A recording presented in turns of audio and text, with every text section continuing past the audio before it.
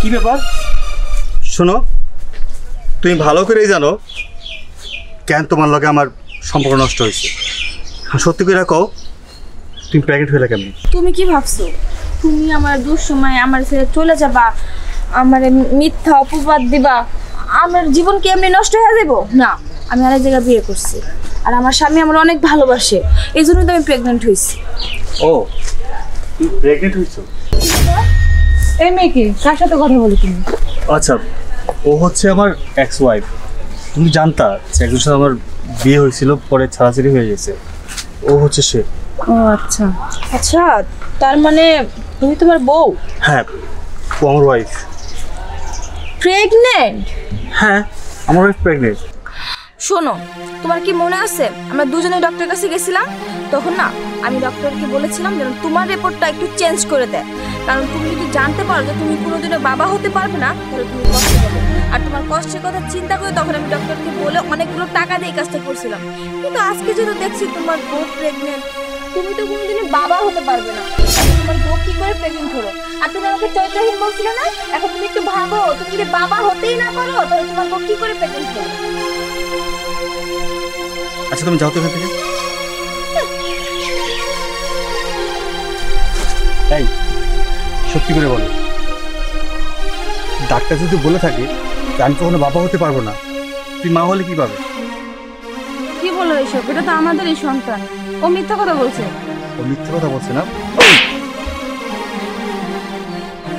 ও মিথ্যে কথা বলছে না, কে মিথ্যে কথা বলছে সে সময় আসতে বলছে। যা এখান থেকে।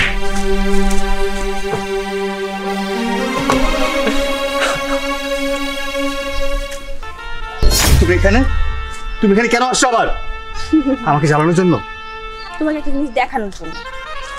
দেখবা? ধরো বাচ্চা। মানে কি সবে? ধরো, তোমাকে যা কিছু বলছি সব মিথ্যা ছিল।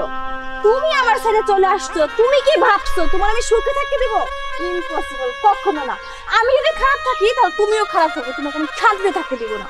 তার মানে তুমি ইচ্ছে করে আমাদের সম্পর্কটা নষ্ট করলে? ও তো ঠিকই বলেছে, তুই মিথ্যে কথা বলেছো, আর আমি ওর গায়ে হাত তুললাম। ছি ছি, তোমাদের মতো কিছু কিছু মেয়েরা না এতটা জঘন্য, এতটাই খারাপ, ইচ্ছে করে কলা টিপে মেরে ফেলি। তুমি না আমার গায়ে হাত দিতে পারবে না, আর যদি কখনো চেষ্টা করো আমার গায়ে হাত দেওয়ার, তাহলে তোমার নামে আমি থানায় গিয়ে কেস করে দিই। তখন বুঝবে কেমন লাগে। আমাকে ছেড়ে আসছো না, তখন বুঝো কেমন লাগে কেউ ছেড়ে চলে গেলে। আমি সবসময় ভাবতাম তোমাদের দুজনকে কিভাবে বিচ্ছিন্ন করব, এটাই আমার স্বপ্ন ভেঙে গেছে। সেই স্বপ্ন ভেঙে গেছে। তুমি কি ভেবেছিলে?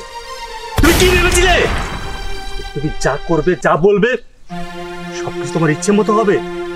না, তুমি তো ভুলে গেছো উপরে একজন আছে, উপরওয়ালা। তুমি সবসময় সঠিক বিচার করে দেখেছো। আমি সবসময় সৎ ছিলাম, ভালো ছিলাম, আল্লাহ আমার উপর অবিচার করেননি। তোমাদের মতো মেয়েরা না পারে নিজেরা সুখী হতে, না পারে অন্যকে সুখী করতে।